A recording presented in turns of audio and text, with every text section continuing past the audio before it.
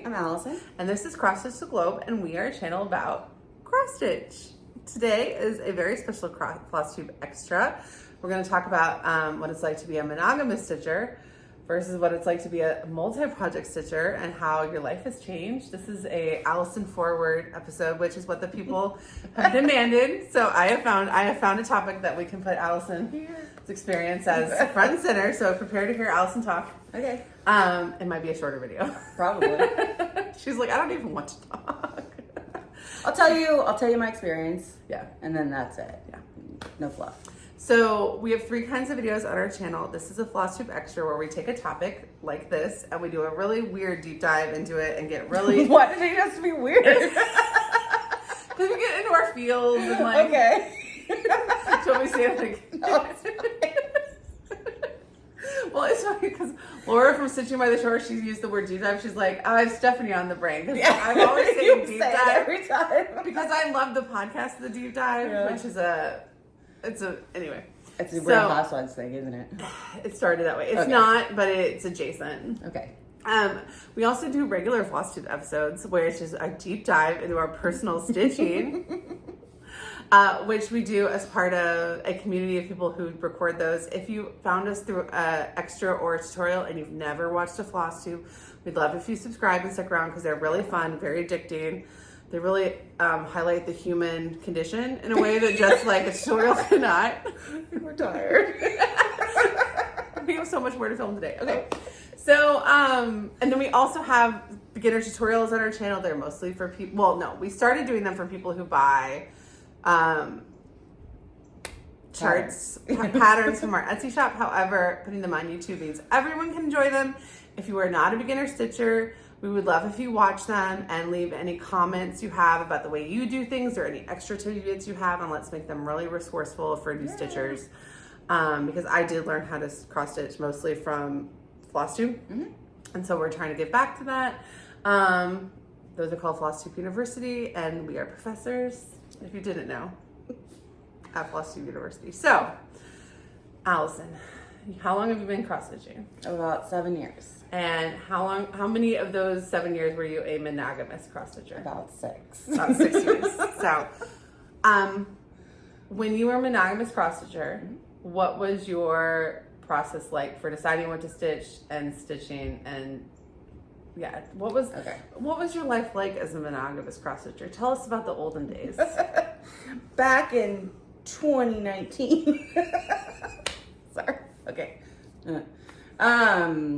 Okay, so when I first started cross stitching, I didn't know you could have multiple projects. Something we hear on Flosstube a lot. Yeah, that's not that doesn't pop into your head. Like, let's have 40,000 here and 50,000 there. That is not a thing. But, so I would pick a project based on knowing that I'm going to be spending a significant amount of time with it, right? So it doesn't matter if it's huge, but it's still got to get done. So you think more about, like, is this something I want to pick up every single day? For how long? 6 months, more. Because she was mostly doing like... Not only was I monogamous, but I also only did full coverage, and I only did my own work. She only did her own chart. So we're talking pieces that range from like the full coverage this big, but like this big, Yeah. self-charted, full coverage, All full coverage. monogamous. Very different than you are today. It's very different. So the difference is, okay, so then I would pick a project knowing it would be quite a bit of time. But it was okay because I had the time because I didn't know any different. You weren't like I didn't maniacally trying to figure out what to work on next. Yeah. So that was nice. That was nice So to only think about. You would do it every day. Did you stitch literally every day of that, or how often did you stitch? I used to stitch mostly every day. And then when the project was like getting towards the end, what would happen? I finish a project and I have it framed, and then I'm so tired of stitching that I take a break. And how long were those breaks usually? Anywhere from like a month to 3 months, probably. So you would have this amazing, huge accomplishment, but kind of the like, of getting it over the finish line, you would just kind of like drop dead for a little while. Just a little bit. Yeah. Especially on the ones that were grayscale. Nice. I stitched mostly presents She did a black and white football stadium. A black and white football stadium, and then another black and white football You did it stadium. again? I did a different one. One is OU and one is the Packers. So Obviously. and you obviously had to have both of them. We live in Oklahoma. Obviously, you need to do Lambeau Field. No, but it's the best one I've ever done. We did This was show the it. We hardest showed it one. on a Yeah. Flosstube before. Yeah, it's also the hardest one I've ever done. I'm sure. Because it was all gray, Oh my God. green, gray. Well, like some of the Beige, project fatigue that people talk about and why having multiple projects is like a thing is that your brain, I think Karen Combs is the one who talked about this, like your brain literally gets sick of seeing those same colors all the Yeah. time and you like actually physically need a break, but you were just pushing through it. It's almost like pushing through when you have like a little bit of wrist pain and then all of a sudden you have full blown like needing to stop. Get it done. Just get it over with. I guess one of the bigger differences that I have noticed is it's hard to focus when you have more than one. Yeah. Like I have 20 projects or so, but I finished 11 so far this year. So in 6 months, I finished 11 projects, whereas previous 6 months it would have been 1 to 2 projects. Bigger though. But bigger. Way bigger. Way bigger. But I still kind of gravitate towards that finish, the big finish. We like the big win. So, I don't know. So why did you decide to become a multi-project That's your fault. It's your fault. It's not my fault. It's also your fault. At first she said, whose fault is it? And I said, it's your fault. She goes, no. Blame them. Their fault. So Allison and I got obsessed with Flosstube, and I was like, and she told me some of the Flosstubers she watched, but she had mostly watched actually people that just did tutorials. Yeah. So she was thinking like, and I'm sure that some of you guys have gone through this too, where you're like, you search like how to do something, you watch a video, and then all of a sudden you get sucked in. That's what happened to me. But Allison had stayed at that like tutorial level. So I was like, but wait a minute, there's this whole like dark underbelly below the tutorials of just like things to get sucked into and addicted to. And then I got her addicted to it too. And then you were like, oh, I guess I should do. Yeah. And it starts with just maybe having 2 projects going at the same time. And then maybe you pick up a third one. And then 6 months later, we have 20 whips and a laundry basket. Well, it's almost a year. Yeah. That I haven't picked up some of these things in a year. I know that what was crazy to me. I was at the beginning. You're like, okay, you have all these whips, but how do you not stitch on it in a year? And you're like, oh, very easily. Because it's at the bottom now, and you forget about it. And then you need like games like Whip Go and things to help you like remember. Yeah, which I ones didn't to stitch understand on. the purpose of Whip Go until I had 20 whips, and then I was like, oh. Because it like makes it an assignment to do it. Yeah. So what do you miss about being a monogamous stitcher? The big wins. Like I've 11 finishes, but those are mostly really small. I don't have any 40,000 stitch whips finished this year. And that's sad. Because those are Really like high. Like that's a high. Yeah. That's like oh my god, look at what I did. But to do that you have to like focus so much of it. It's like there's so many like I do get more distracted now. Are you mad that we ruined your brain and you wish you could go back? No, but I do kind of wish I would reel it in a little bit. I'd like more big finishes. Like I'm almost 20% on Lady of the Flag. Ooh. And I only started that 2 months ago, so. Because it's like a focus piece. It's a focus piece. I'm focusing on touching the autumn sky. I'm only doing 100 stitches a day. Well, actually, I'll show a little mid. By the time you guys see this, I might have had a Flosstube where I have more progress in this, but Allison hasn't seen it in a while. Yeah. So, like, look at all that progress I got on her. Because the last time I showed Allison, it was just to here. So I got, like, all of the coat. Not all the coat, but I have a ton of progress in the coat. Yeah. But it's, like... So and that's only, like, a week. Yeah. So I do think, like, I need to have 100, like, a daily 100 type of focus. See, I don't know if I don't like assignments at all. Which is why the Whip-Go thing. She doesn't like plans, games, assignments, even like talking about. No, she likes. I basically told her she had to do this with me. No, No. No, at the time I did, I was like, well, I'm starting one, and I've only been stitching it for like a month, but I'm starting a Flosstube. And she's like, I'll do it with you. Yeah. But now if she told me like I can't do this anymore, I'll be like, okay, I can keep going because I've been stitching long enough where I'm like, okay, I can do this by myself. You can do it. I have enough. I wasn't afraid of the videos, but I was like, I haven't stitched very long. But now I'm like, okay, I got some. Got it. Yeah. Yeah. But like, I'm glad that you're not gonna quit. No, but I'm gonna whip down, which is a real thing that people keep saying. Whip and I haven't up, seen whip it. down. I haven't seen anyone do it. Whip down. I'm not gonna whip down, but I'm gonna do very low new starts next year. Yeah, everyone said that too. I haven't seen that either. We are terrible for each other. They're like, you should just start it. It is very funny. Hard to resist. So like living in like a communist society that like the way that I was really far out there.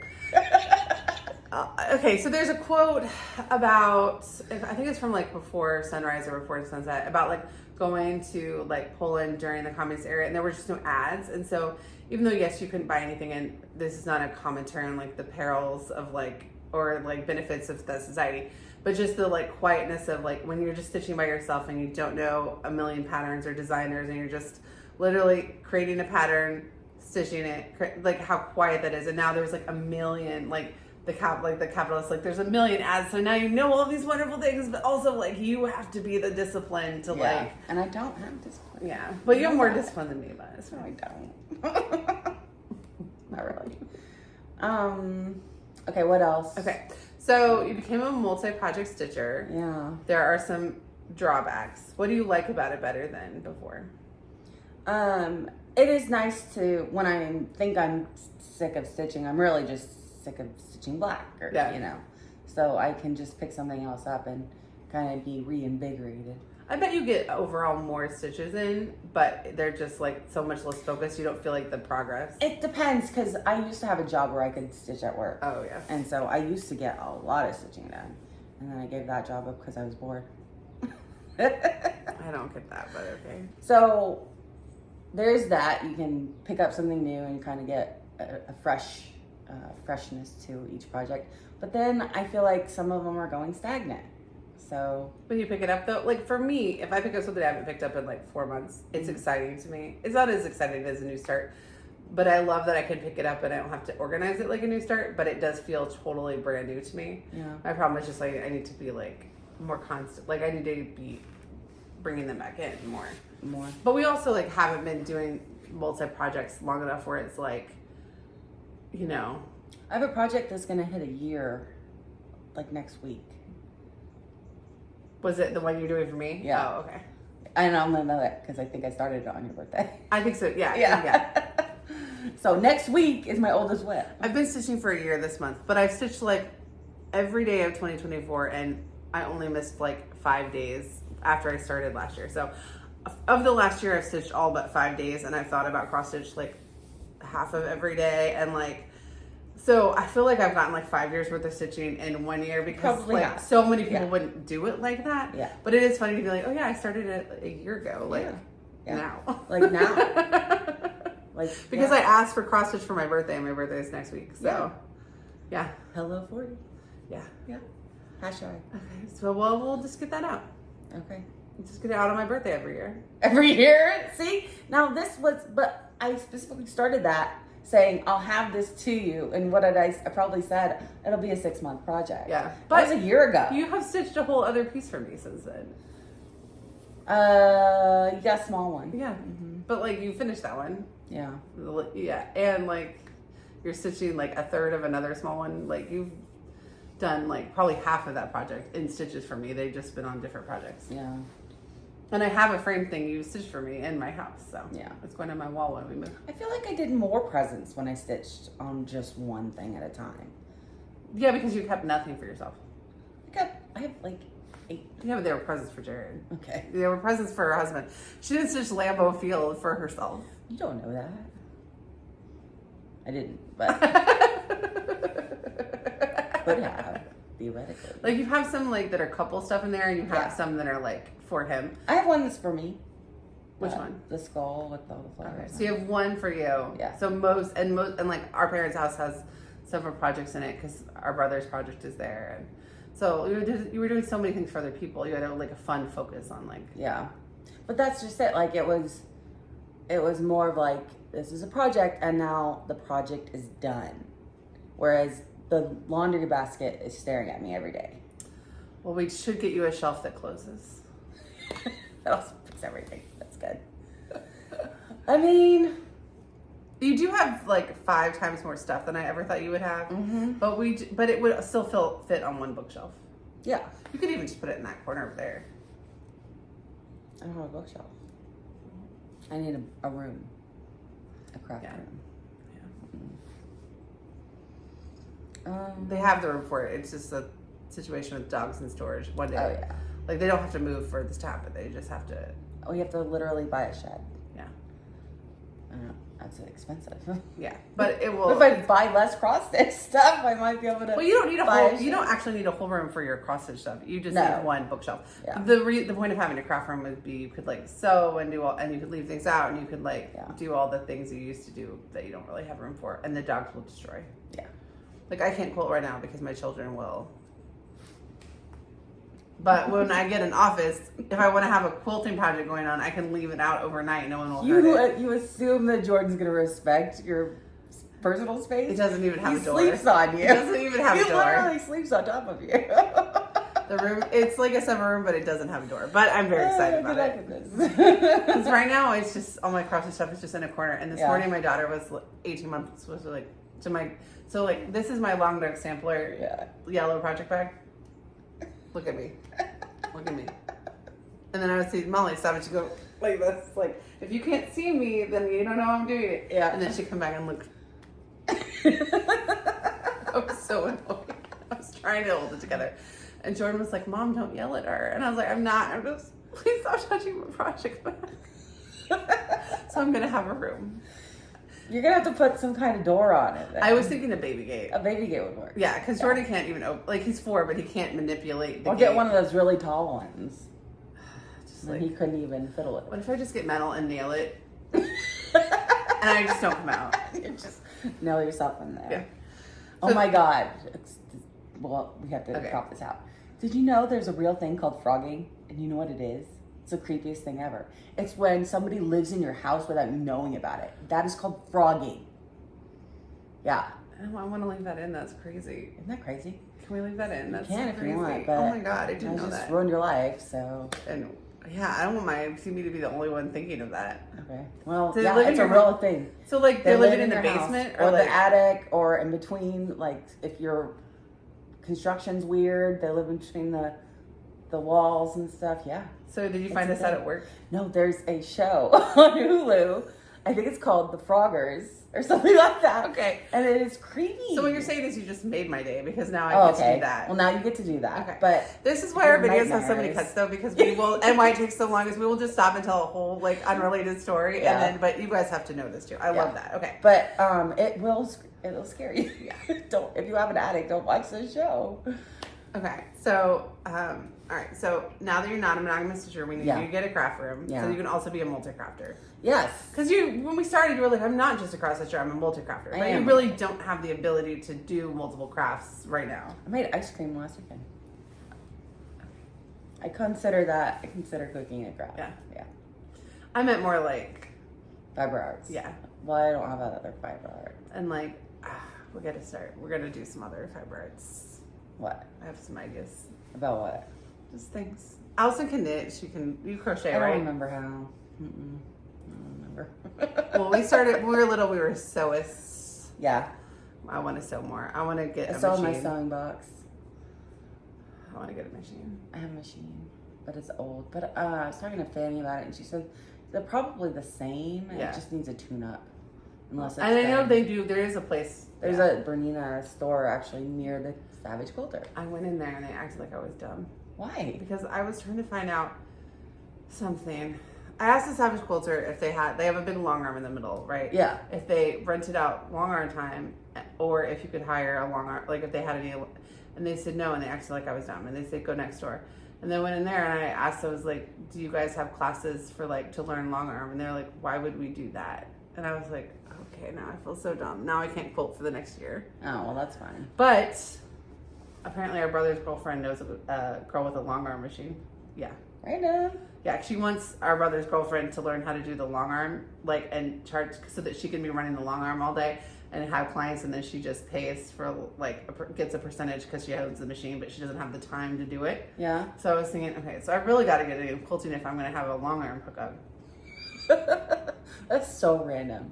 I know. But, and we're only going to be 6 minutes from each other. I won't even have to go That's down what I to was the long arm. thinking I can too. just go over to her house and be like, walk hey. down the street. But the baby quilt project that I want to do, I wanted to make a baby quilt for one of my friends. They had their baby. Their baby's 6 months old.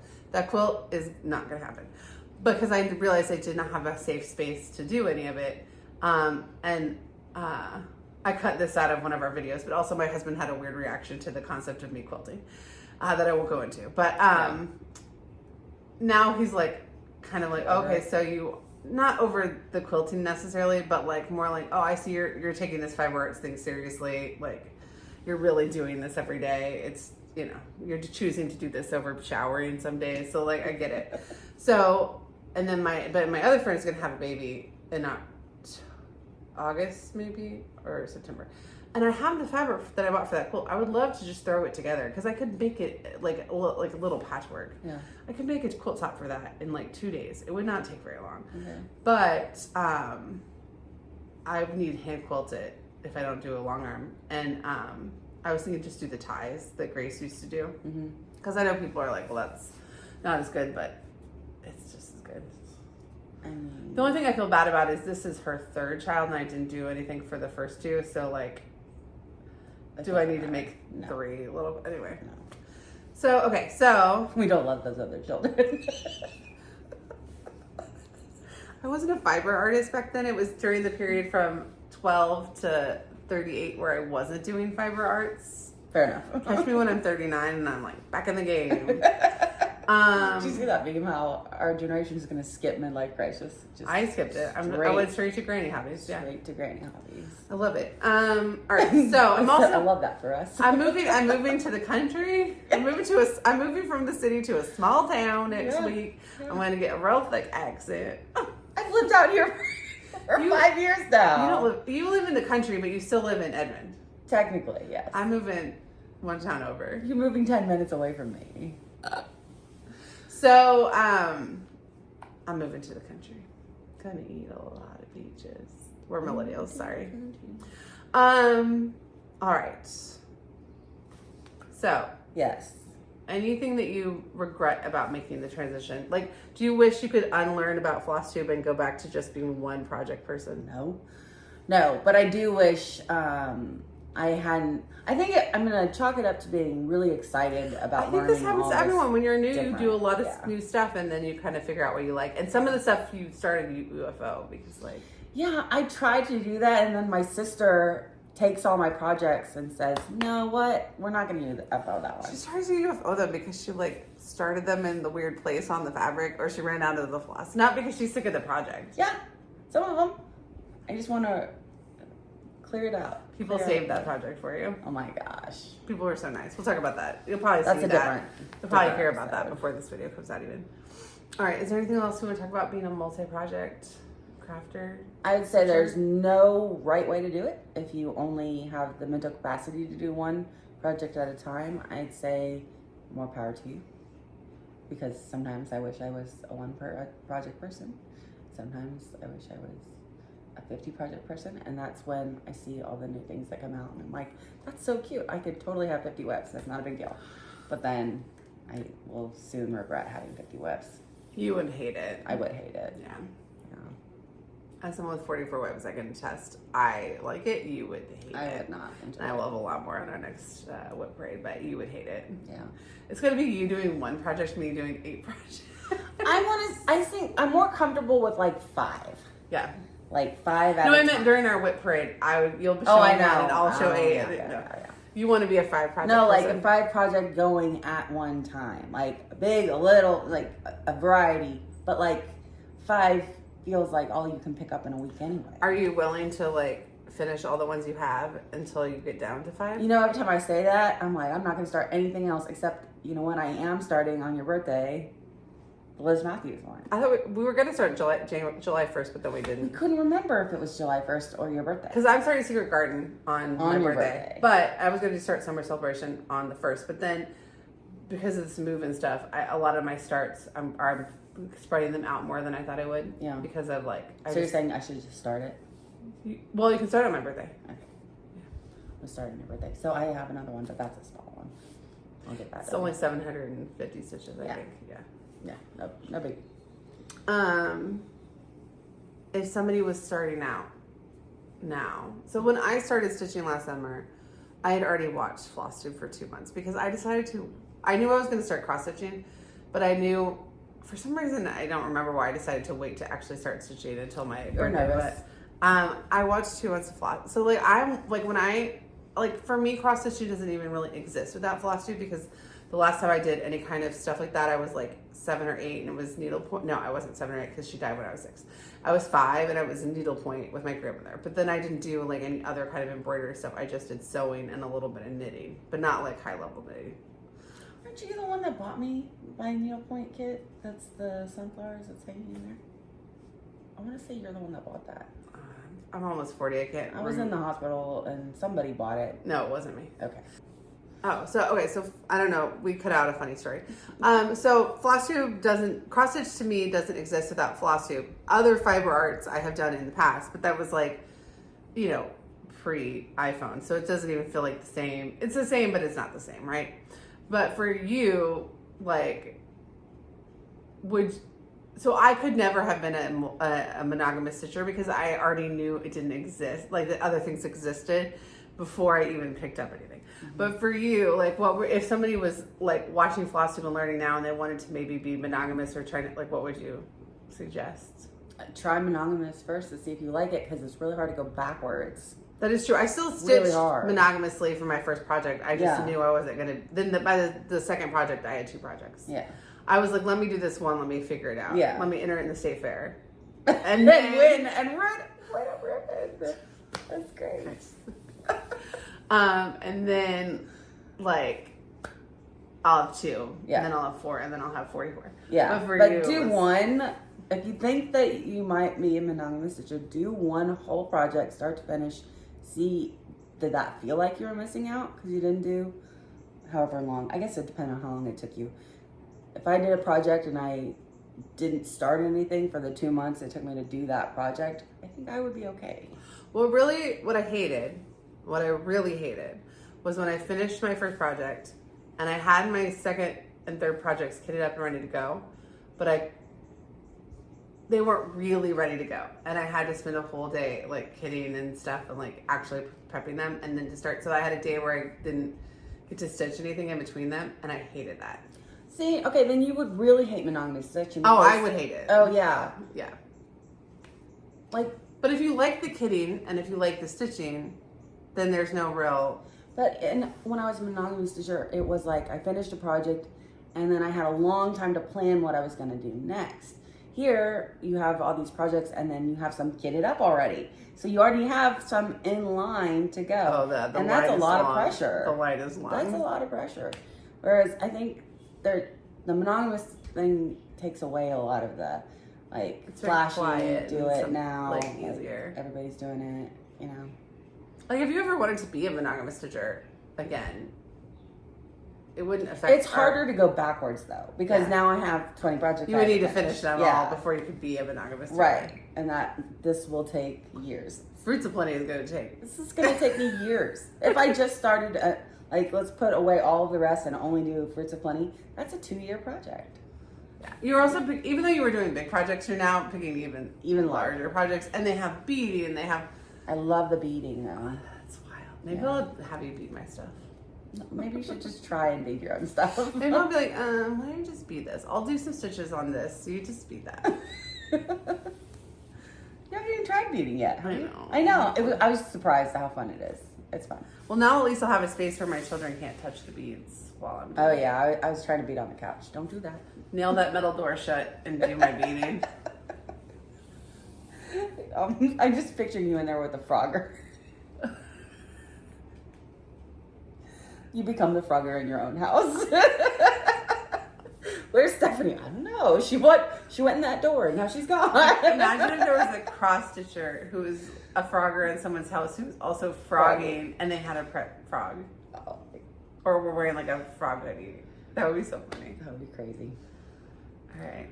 I haven't just ruined your life, have I? No, I'm going to watch that show probably Are you tonight. good? Okay. Well, no, tonight's House of the Dragon, but I'm going to watch that show this week. All right, so do you have any like final thoughts about Monogamous?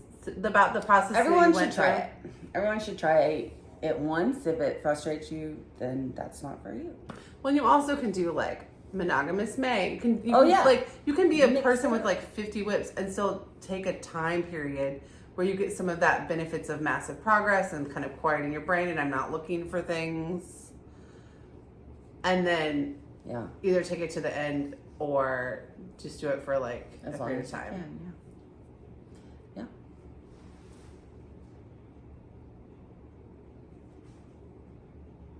All right. If you're not subscribed to our channel, we would love if you subscribe for more insanity. But yeah, I don't know what you're getting out of this, but I really enjoyed it. Did you? Yeah. Because I told you about the Frogger show, huh? Well, that and also, it's fun to hear about the way other people do things. It and is. hear what you did before. Because I also think, like, for a lot of stitchers, there's a pre and post Flosstube. Mm-hmm. And if you're already here, you're in that. You're either in Flosstube world and you're watching Flosstube, or you're at least like are adjacent to it. But for a lot of people, it's like their brain changes, and it's not so much their brain changes when they become like a good stitcher. It's their brain changes when they start watching Flosstube or start going to retreats and hearing about what other people are doing. Yeah. And so even though it's like in the distant past now and you'll never go back, it's still fun to hear about it. The distant past. Okay. All right. So subscribe if you're not subscribed. Next week will be a regular Flosstube episode. Will be a deep dive in our personal stitching. On Thursday, you'll see a little tutorial. This is going to come out this is going to come out the week after Midsummer Stitch. So if you're watching this and Midsummer Stitch just happened and we met you, we would love to say hi. Yeah, tell us if we met you. We forgot to do this in the last 2 videos we recorded. But if you made it to this point in the video, leave a number 1 emoji for the concept of having one project. The concept, like it's theoretically possible. It's we don't theoretical do it. physics. So, yeah, it's string theory. It's string theory at this point to me. If you are a monogamous stitcher, we'd love for you to tell us if there's anything about it that Allison's journey that resonated with you, or that you do differently, or that if you've ever like been a multi-project stitcher and then gone back to being only monogamous, we'd love to hear about that. If you have 150 whips, we'd love to hear about that. Just leave it all in the comments. And thank you guys so much. Bye. Bye.